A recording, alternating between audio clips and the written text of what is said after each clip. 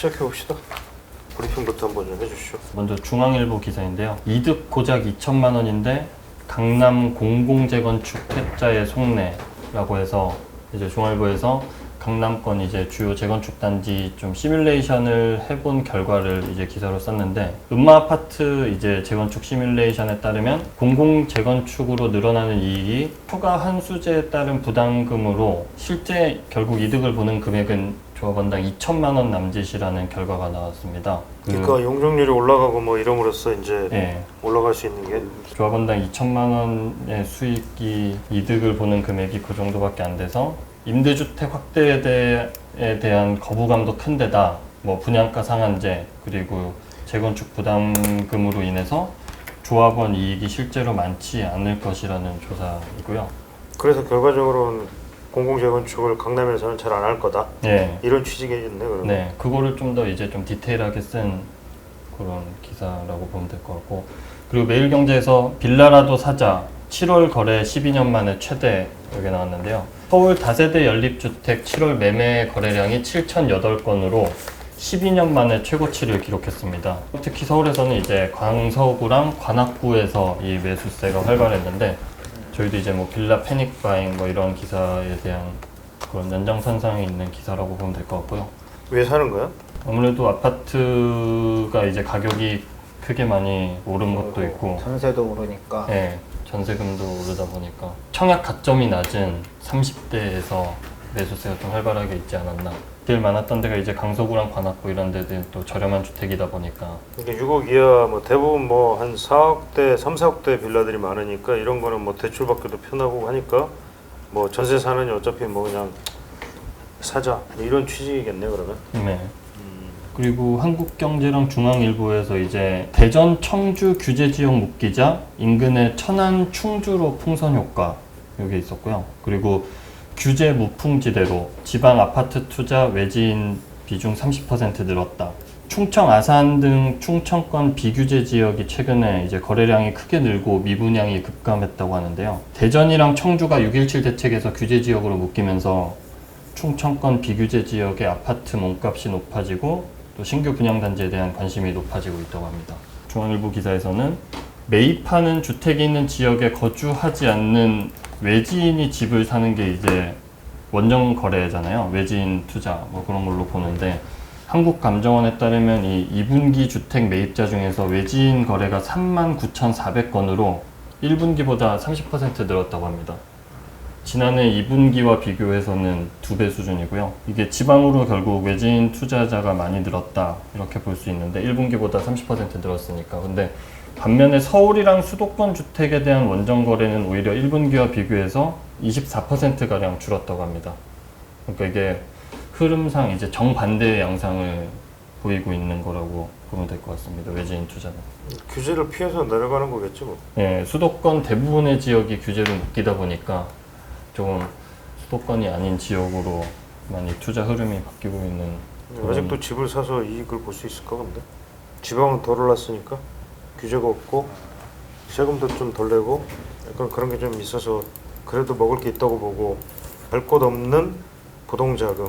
지난번에 우리 고준석 교수님 말씀하셨지만 3,100조나 되는 이 부동자금이 지방 이런 데를 찾아가지고 비규제 지역을 찾아 떠돌아다니는 거겠지? 오케이. 또 3040 미혼 무주택 청약으로는 내 집 마련 불가능 기사가 있는데요. 부양가족이 없는 미혼 1인 가구가 있지 않습니까?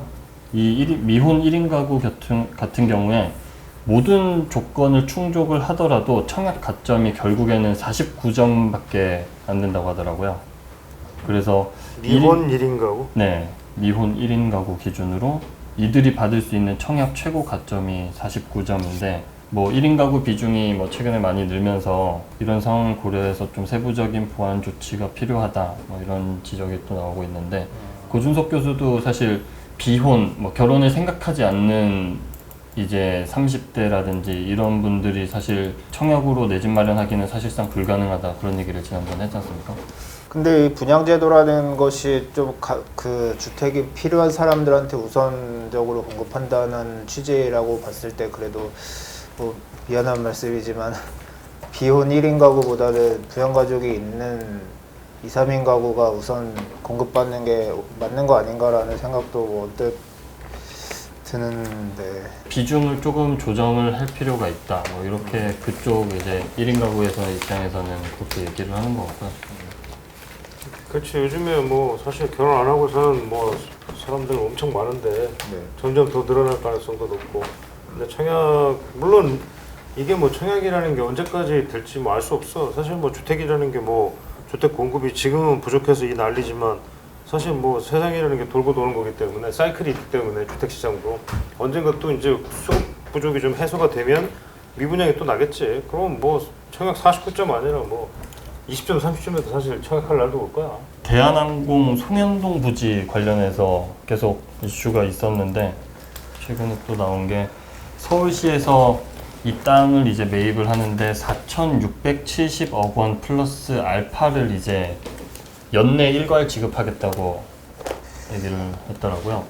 그래서 대한항공 입장에서는 사실 현금 확보가 필요한데 그 기존에 서울시가 4,670억 원을 제안을 했었는데 이거보다는 더 붙여서 이제 매입을 하겠다. 이게 민간 기업 땅을 뺏는다는 이제 비판이 사실 좀 많이 나왔었잖아요. 서울시가 공원으로 이제 여기 이 부지를 개발하겠다 이런 비판 여론을 의식해서 뭐 이렇게 좀 움직임이 있는 것 같고요.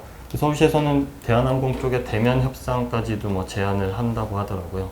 근데 이거를 공원으로 만들면 좋아할 사람이 몇 명이나 되려나? 그 돈을 들여가지고. 여기 보니까 또 뭐 조선경제에는 음마 아파트가 20억 됐다 그러면서 뭐 집값 잡기는커녕 들쑤신 토지거래 해가지고 오히려 친고가들이 막 속출하고 있는 모양이지? 그렇게 나와 있네 여기 보니까. 이게 토지 거래 허가제가 생기면서 거래가 뭐 전혀 안 될 것처럼 우리가 생각을 했지만 또 사실 실거주 하려는 목적이라는 사람들. 것을 뭐 증명할 수 있으면 할 수 있는 거기 때문에 그렇죠. 그런 와중에 거래가 되면서 계속 가격이 올랐다. 그런 거더라고 이게 네. 보니까. 그래서 음마가 원래 뭐 보니까 잠실 레이크 팰리스 같은 경우도 지난 20억 5천에 팔렸는데 직전 최고가보다는 1억이 올랐다는 거고, 음마 아파트 같은 경우도 지난달 20억 5천만 원에 똑같이 거래가 됐는데 규제 전에 최고 가격이 19억 7천이었대.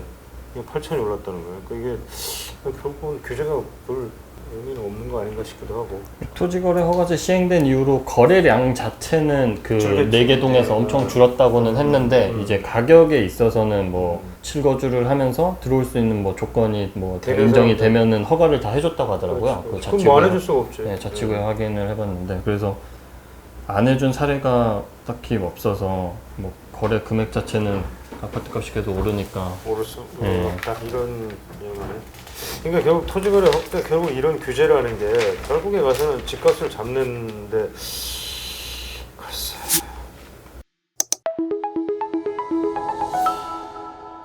오늘 좀 우리가 이제 앞으로 좀 집중 분석 시간을 좀 갖기로 했는데 네. 특별 이슈를 좀 잡아가지고 그죠?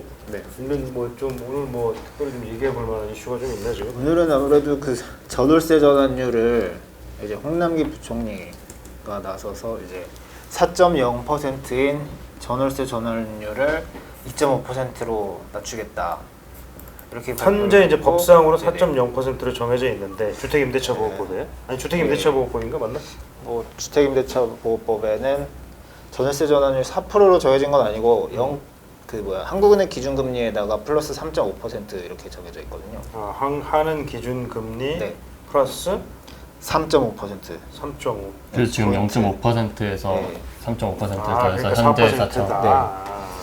요거를 이제 플러스 하는 요 3.5라는 수치를 그러니까 1.5로 낮춰서 2.0%로 만들겠다는 소리인 것 같은데, 근데 사실 이 전월세 전환율이라는 것을 뜻을 풀을 해보면은 전세를 월세로 바꾸는 경우에 적용되는 그런 이율이라고 할까요?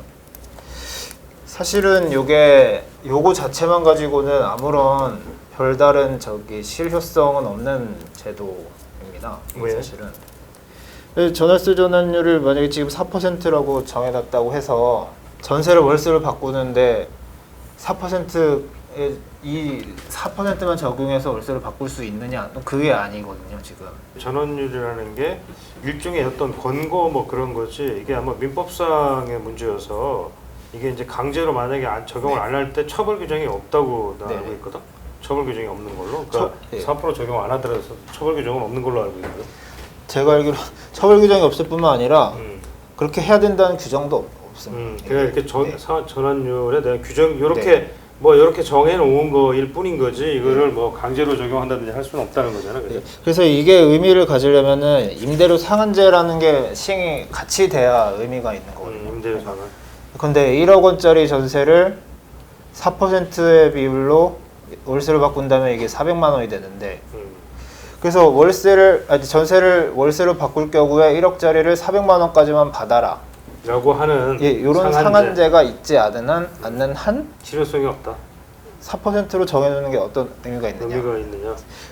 그래서 요거 자체로는 별 의미는 현재 상황에서는 별 의미가 없는데 왜냐하면은 이거, 네, 임대차 시장에서 지금 상한제가 적용되는 사례가 두 가지 경우가 있는데요.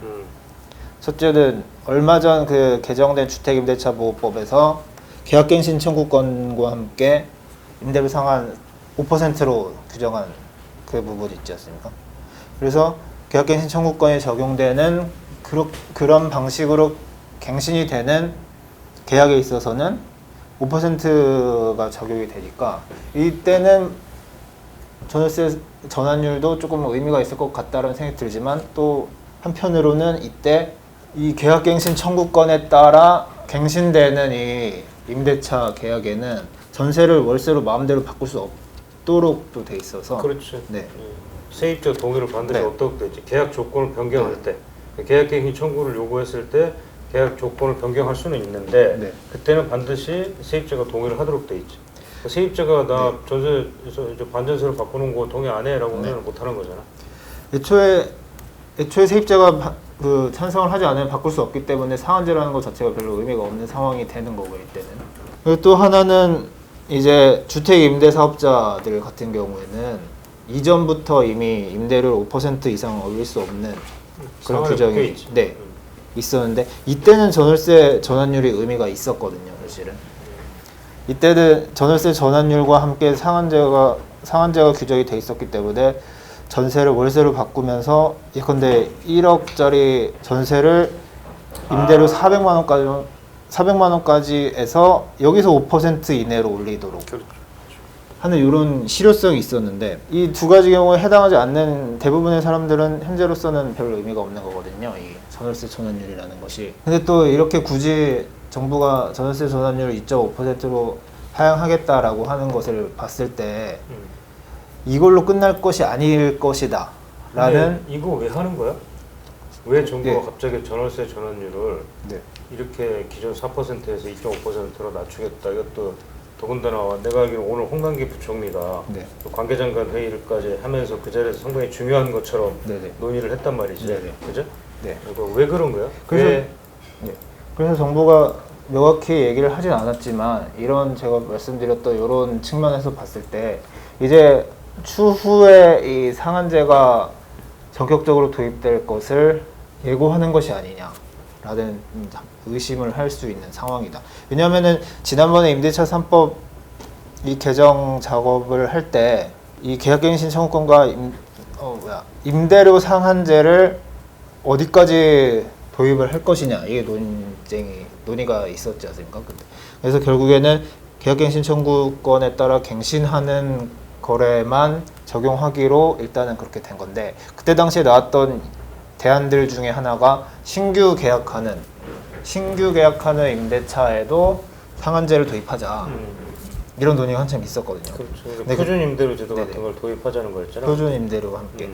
근데 그게 그때 당시에는 뭐 무산이 됐지만 앞으로 예컨대 신규 계약에도 임대료 상한제 5%를 적용하겠다 이런 식으로 법 개정이 이루어질 경우 전월세 전환율이라는 것이 그때 가서는 엄청난 파급력을 가지게 되는 거죠. 그러면 집을 가진 집 주인들은 왜 내 집을 내 맘대로 못 하는 거지?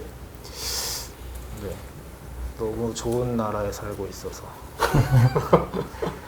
내 집을 내 맘대로 할 수가 없는 헌법에 보장된 사유재산 보장의 원칙을 왜 이렇게 정부가 어떤 공공의 긴급한 사유가 있어야 정부가 개입해가지고 이거를 할 수가 있을 텐데 지금 전세 시장이 정부 말로는 아무 문제 없다는 거 아니었어? 사실 임대차 시장도 안정돼 있고 뭐 집값도 잡힌다는데 왜 이런 걸 자꾸 하지?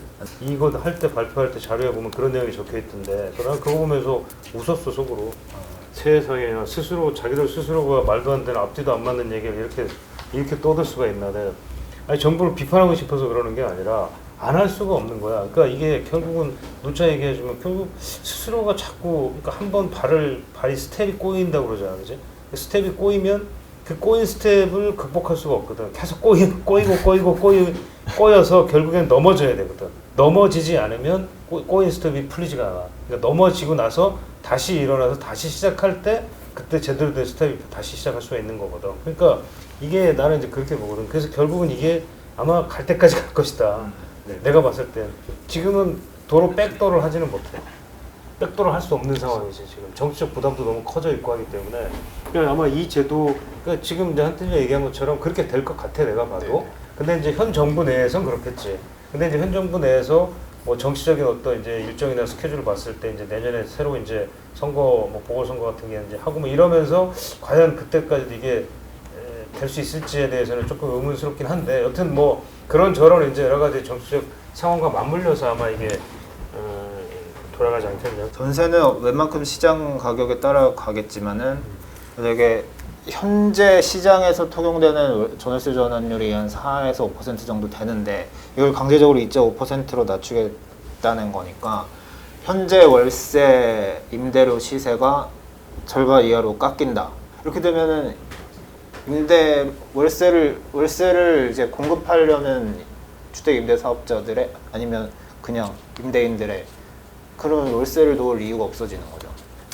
그러니까 아까 얘기한 것처럼 또 그런 것도 있는 것 같아. 그 결국 4%에서 2.5% 낮춘다는 게 이게 뭐 강제로 규정도 아니고 처벌할 수도 없는 건데 그러니까 이렇게 자꾸 하는 이유는 언론 언프를 하는 이유는 결국은 또 결국 정치적인 목적이 아니겠느냐. 판가르기식으로. 네. 무주택자 뭐 월세 사는 사람들 전세입자들을 내 편으로 만들겠다. 몰라 이게 뭐 실제 되든 말든 일단 기분은 좋아지니까 뭐 이런 좀 논리인 것으로도 좀 보여서 딱 좋지는 않은 느낌이 들어요. 그 임대차 3법 관련해서 이제 전월세 시장 깜깜이 통계 이거에 대한 그게 요즘 좀 이슈던데. 네, 이야기를 좀 해야 될 것 같은데요. 일단 임대차 3법이 시행이 되면서 현재 전세 시장에서 반전세나 월세로 이렇게 전환하는 사례가 시장에서 많이 나타나고 있는데 이 같은 변화를 좀 반영할 수 있는 통계 수단이 아직 미비해서 이게 좀 보완이 돼야 된다 이런 얘기가 많이 나오고 있는데요. 왜냐면은 현재 그 임대차 3법 중에서 전월세 상한제랑 계약갱신 청구권제 이거는 이제 시행이 돼서 7월 31일부터 시행 중이지? 네, 시행이 됐는데 전월세 신고제 같은 경우는 이제 내년 6월부터 이제 시행이 되기 때문에 전세 신규 계약 외에는 이 임대차 시장 동향을 제대로 파악하기가 현재는 좀 어려운 그런 상황입니다. 내년 6월까지는. 왜냐면 6월부터 전월세 신고제가 본격 시행되기 때문에 그런 상황인데 그러면 전월세 신고제는 계약 갱신한 것들도 다 신고를 하게 돼 있는 건가? 그거는 아직 잘 모르겠네요. 아직 안 정해졌을 것 같은데요, 왠지. 사실 갱신이라고 하면은 연장과는 또 좀 약간 다르기 때문에. 근데 이제 갱신을 하더라도 아까 얘기한 것처럼 5% 이내에서는 전세금의 변화가 올 수가 있기 때문에 그러면 5%까지 올려서 했으면 사실 이거는 신고를 하는 게 맞는 거예요. 네, 하는 게 맞을 것 같습니다. 그러니까 현재 이제 정부에서는 그 신규 전세 거래만 전세가 통계에 반영하고 있는 방식인데 기존 계약을 경신하는 경우도 통계에 넣는 방식으로 검토를 하고 있다. 그렇죠. 네, 이렇게 현재 확정은 아니고 이 방안을 검토하고 있는데 이게 이제 그렇게 되면 결과적으로 어떤 일이 벌어질까? 뭔가 노림수가 있는 거 아니야? 사실은 이게 정부가 어제 그 얘기를 하기 전에 모 통신사에서 그런 기사가 나오더라고요. 이런 현재 임대차 시장 통계가 현 상황을 시장의 뭐 임대료 수준이라든가 이런 걸 정확히 반영하고 있느냐 좀 개선이 필요하다. 이런 기사들이 언론에 먼저 나오더라고요. 근데 그 기다렸다는 듯이 정부가 그것을 이제 좀 개선을 하겠다 이렇게 얘기를 하는 것으로 보이는데 사실은 어떻게 생각하실지 모르겠지만 시장에서 신규 계약을 하려는 이 임대 시세가 정말 시세 아닌가. 말하자면 시세가 지금 두 가지가 형성이 되고 있으니까 그걸 평균을 내겠다는 거잖아요. 정부의 입장은. 하지만 새로 전셋집을 구하려는 사람들이 전셋집을 구할 수 있는 가격이 그게 시세가 맞는 거 아닌가라는 생각이 들더라고요. 그래서 오히려 그렇지. 이게 누가 뭘 시장에 매물로 나오지도 않을 걸 통계에 포함해가지고 시세 통계에 포함을 한다? 네. 누가 보더라도 좀 앞뒤가 안 맞지 않나? 이렇게 되면 이제 베이스가 낮아지니까, 그지? 그 네. 전체 평균이 낮아지는 효과가 물타기 효과, 쉽게 말하는 거죠. 물타기 효과가 좀 나겠지. 그러니까 전세 시세라는 것도 결국 말씀하신 대로 신규 세입자들이 실제 전셋집을 구할 구할 때 때 이제 적용이 필요하고 그렇지. 참고하는 그 자료가 돼야 되는데 그 신규 거래만 해야 이게 합리적인 통계 자료라고 볼 수 있는데 그렇게 해서 현재까지 그렇게 통계를 그렇죠. 수십 년간 집계를 해왔었고 근데 갑자기 이렇게 갱신 계약까지도 전세 시세에 반영을 하게 되면은 일단 5% 상한제도 있고 그러면 결국에 근데 또 갱신 계약을 넣는다는 것 자체가 기존의 뭐 중고 아파트라고 표현하기는 뭐 좀 그럴 수도 있지만 어쨌든 그런 전세 시세를 낮추기 위한 통계 수치를 조금 그렇죠. 예, 조작 아닌 조작이라고 봐야 되지 않을까. 정부는 이 임대차 3법 때문에 필요 이상으로 이 시세가 전세 시세가 올라간 것처럼 보이기 때문에 이게 문제라고 생각을 하는 건데 사실은 그걸 그렇게 보이지 않기 위해서 갱신 계약의 시세까지 반영을 해서 통계를 내겠다는 거는 그거는 우리가 봤을 때는 그게 오히려 왜곡이다 이런. 그렇다고 한다면 이 통계는 그렇게 나오면 안 되는 거고 내 생각에는 통계를 투 트랙으로 가져가야지 맞는 거야.